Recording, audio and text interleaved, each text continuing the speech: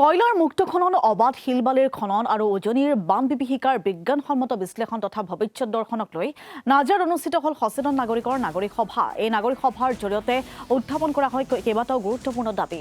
বান আৰু খহনীয়া সমস্যাক ৰাষ্ট্ৰীয় সমস্যা হিচাপে ঘোষণা কৰা, উজনিৰ মহাপ্ৰলয়ক ৰাষ্ট্ৰীয় দুৰ্যোগ হিচাপে গ্ৰহণ কৰা, নাগালেণ্ড চৰকাৰক হেঁচা প্ৰয়োগ কৰি অবৈধ শিল আৰু কয়লা খনন বন্ধ কৰা, বানত মৃত আৰু ক্ষতিগ্ৰস্ত পৰিয়ালসমূহক উচিত ক্ষতিপূৰণ দিয়া, সকলো দল সংগঠন নিৰ্বিশেষে একেলগ হৈ এখন বিশেষজ্ঞ সমিতি গঠন কৰা আদিকে ধৰি বহুকেইটা দাবী উত্থাপন কৰাৰ লগতে সিদ্ধান্ত গ্ৰহণ কৰা হয়। এই নাগৰিক সভাত উপস্থিত থাকে অসম জাতীয় পৰিষদৰ সভাপতি লুৰিণজ্যোতি গগৈ, নাজিৰাৰ প্ৰাক্তন বিধায়ক দেৱব্ৰত শইকীয়া, যোৰহাটৰ জ্যেষ্ঠ অধিবক্তা হেমেন বৰা, CPI দলৰ কেন্দ্ৰীয় সাধাৰণ সম্পাদক কনক গগৈ, ৰাইজৰ দলৰ সাধাৰণ সম্পাদক ধৈৰ্য কোঁৱৰ, কটন বিশ্ববিদ্যালয়ৰ প্ৰাক্তন সভাপতি ত্ৰিদীপ ভাগৱতীৰ লগতে সমাজ জীৱনৰ লগত জড়িত বহু গণ্যমান্য ব্যক্তি।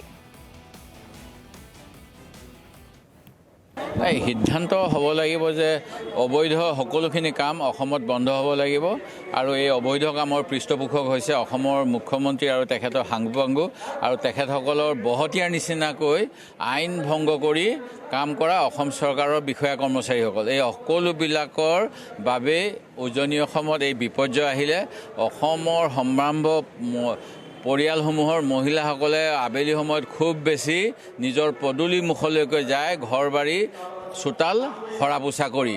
কিন্তু এই বানৰ সময়ত 19 তাৰিখৰ পৰা মই দেখা পাই দুখ পাইছোঁ, অসমৰ প্ৰতিগৰাকী সম্ভ্ৰান্ত মহিলাই ৰাস্তা মুখলৈকে হাত পাতিবলৈ আহিব লগা ব্যৱস্থাটো বৰ্তমানৰ চৰকাৰখনে কৰিলে।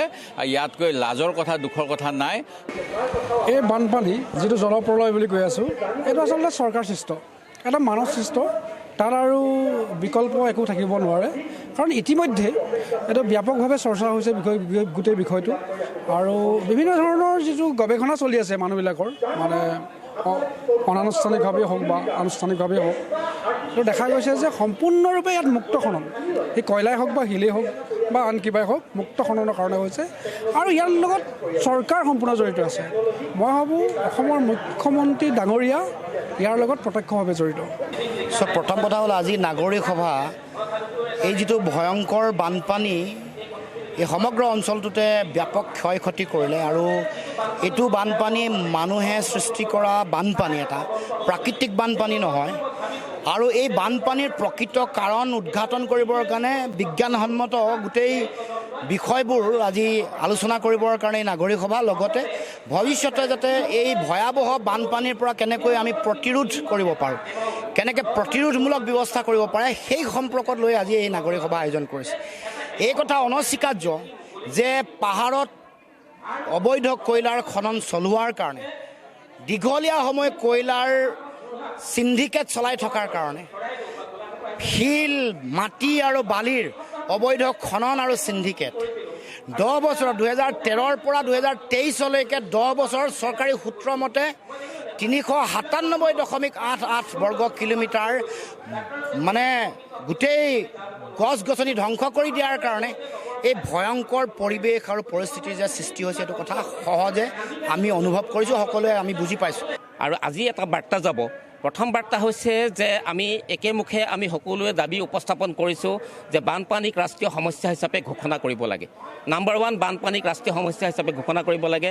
নাম্বাৰ 2, আজি যিটো অভূতপূৰ্বভাৱে আমাৰ এই 3খন জিলাত যিটো বানপানী হ'ল, ইয়াৰ যিটো কাৰণ, এই কাৰণটো আমি জানিব লাগে। তাৰ বাবে এখন ন্যায়িক তদন্ত সমিতি গঠন কৰিব লাগে। পুনৰবাৰ কৈছোঁ, এখন ন্যায়িক তদন্ত সমিতি গঠন কৰিব লাগে।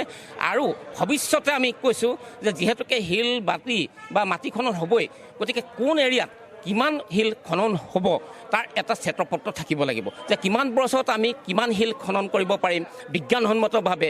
তাক কিন্তু আমাৰ ব্যক্তিগতভাৱে, আমি ৰাজহুৱাভাৱে সকলো নাগৰিকে জানিব লাগিব। আৰু যদিহে চৰকাৰে এই যি 3টা সিদ্ধান্তৰ লগতে এই ক্ষতিগ্ৰস্ত হোৱা পৰিয়ালসকলক 10ৰ পৰা 15 লাখ টকা অনতিপলমে আদায় নিদিয়ে, তেতিয়াহ'লে দূৰ ভৱিষ্যতে আজি নাগৰিক সভাই সিদ্ধান্ত গ্ৰহণ কৰে যে ৰাজপথত তেওঁলোকে যিকোনো ধৰণৰ আন্দোলন কৰিবলৈ কুণ্ঠাবোধ নকৰিব। লগতে ইয়াৰ এটা ন্যায়িক তদন্ত বিচাৰি এই ৰাজপথত আন্দোলন কৰিবলৈ বাধ্য হ'ব। সভাত যিকেইটা ৰাজহুৱা অভিযোগ ৰাইজে উত্থাপন কৰিছে যে এই অঞ্চলত অবৈধ যিটো কয়লা খনন, শিল খনন, এই কথাবোৰতো সকলোৱে জনা কথা। এই গোটেই কথাবোৰ বাতৰি কাকত, সংবাদ মাধ্যমত আমি দেখি থাকোঁ। মাজে সময়ে এই কথাও শুনো যে ইয়াৰ ভাগ একেবাৰে ডাঙৰ ডাঙৰ মন্ত্ৰীবোৰে পায়, যাক মানে ডাঙৰ ডাঙৰ মন্ত্ৰী, বিধায়ক আটাইবোৰে পায়। গতিকে মূল বিষয়টো হৈছে এয়া কোনো স্বাভাৱিক ঘটনাটো নাছিল। এই জলপ্ৰলয়ৰ আঁৰত যদিহে সঁচাকৈ এই অবৈধ কাম কাজখিনি জড়িত আছিল, তাৰ নিৰপেক্ষ তদন্ত হ'ব লাগে। আৰু দ্বিতীয়তে যিটো আটাইতকৈ গুৰুত্বপূৰ্ণ কথা, অবৈধ চিণ্ডিকেটবোৰ চলাওঁতে যিদৰে মন্ত্ৰী বিধায়কে নিজৰ পকেট গৰম কৰিছিল, এতিয়া বানাক্ৰান্তসকলক সহায় কৰিবলৈ সাধাৰণ মানুহ যিদৰে আগবাঢ়ি আহিছে, চিণ্ডিকেটৰ টকাটো বিলোৱা হোৱা নাছিল, সাধাৰণ মানুহৰ সৈতে ভগাই লোৱা হোৱা নাছিল। গতিকে এই প্ৰলয়ৰ ক্ষেত্ৰত নিৰপেক্ষ তদন্ত হোৱাৰ লগতে কেন্দ্ৰীয় চৰকাৰখনে অসমৰ এই সমস্যাটোৰ ক্ষেত্ৰত এটা বিশেষ পুঁজি আবণ্টন দিব লাগে আৰু সেই দাবীটো অসমৰ মুখ্যমন্ত্ৰীয়ে সৎ সাহসেৰে উত্থাপন কৰিব পাৰিব লাগে। আমি এই কাৰণবিলাক সকলোৱে ইতিমধ্যে জানে, অসমবাসী ৰাইজে জানে। গতিকে আমি ভৱিষ্যতে ইয়াৰ কেনেকৈ প্ৰতিৰোধ কৰিব পৰা যায় তাৰ কাৰণে আমি কেইটামান সিদ্ধান্তত উপনীত হ'বৰ কাৰণে চেষ্টা কৰিছোঁ। তাৰ কাৰণে প্ৰথমে আমি এই বহল ভিত্তিত এখন নাগৰিক মঞ্চই হওক বা কি ধৰণৰ মঞ্চ আমি গঠন কৰিব পৰা যায় তাৰ কাৰণে এখন মঞ্চ গঠন কৰাৰ আমি সিদ্ধান্ত কৰিছোঁ। নাম এতিয়ালৈকে আমি দিব পৰা নাই। নামটোৰ ক্ষেত্ৰত মানে আমি উজনি অসম ভিত্তিত দিওঁ নে অসম ভিত্তিত দিওঁ, মানে এখন মঞ্চ সুৰক্ষা উন্নয়ন মঞ্চই হয়, সমন্বয় সমিতি হয়, তেনেধৰণৰ এখন মঞ্চ গঠন কৰাৰ কথা আমি পৰিকল্পনা কৰিছোঁ। সেইটো 1 নম্বৰ। দ্বিতীয়তে আমাৰ যে এই ৰাষ্ট্ৰীয় যিটো ব্যৱস্থা কৰিলে, যে এইটো দুৰ্যোগ যিটো ব্যৱস্থা কৰিলে, এই বিশেষকৈ এইটো ৰাষ্ট্ৰীয় দুৰ্যোগ হিচাপে যাতে ঘোষণা কৰে চৰকাৰে, এই দাবীটোৰ ভিত্তিত এটা আমি সিদ্ধান্ত গ্ৰহণ কৰাৰ ঠিক কৰিছোঁ।